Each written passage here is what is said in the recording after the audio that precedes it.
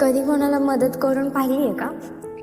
म्हणजे नकळत मदत करणं आणि स्वार्थ भावनेने मदत करणं खूप खूप फरक आहे. म्हणजे कधी कधी आपण आपल्याला काहीच माहिती नसतं की काय होणार आणि एखाद्या व्यक्तीला आपली गरज असते, मदतीची गरज असते आणि आपण त्यांना मदत करतो आणि मदत झाल्यानंतर ना थोड्या वेळाने आपल्याला रिअलाईज होतं की यार ना, आज त्या व्यक्तीला ना मी मदत केली आणि खूप भारी वाटलं मला.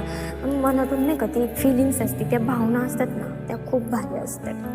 आणि जर आपण मदत करताना काही एक्सपेक्टेशन आणि होप ठेवतोय आणि मग असा विचार करतोय की मला यातून काहीतरी रिटर्न भेटलं पाहिजे, मी मदत केल्याने मला हे भेटेल, ह्या भावनेने आणि स्वार्थाच्या भावनेने जर आपण एखाद्याला मदत करत असो ना, तर त्याचा काहीच उपयोग नाही आहे.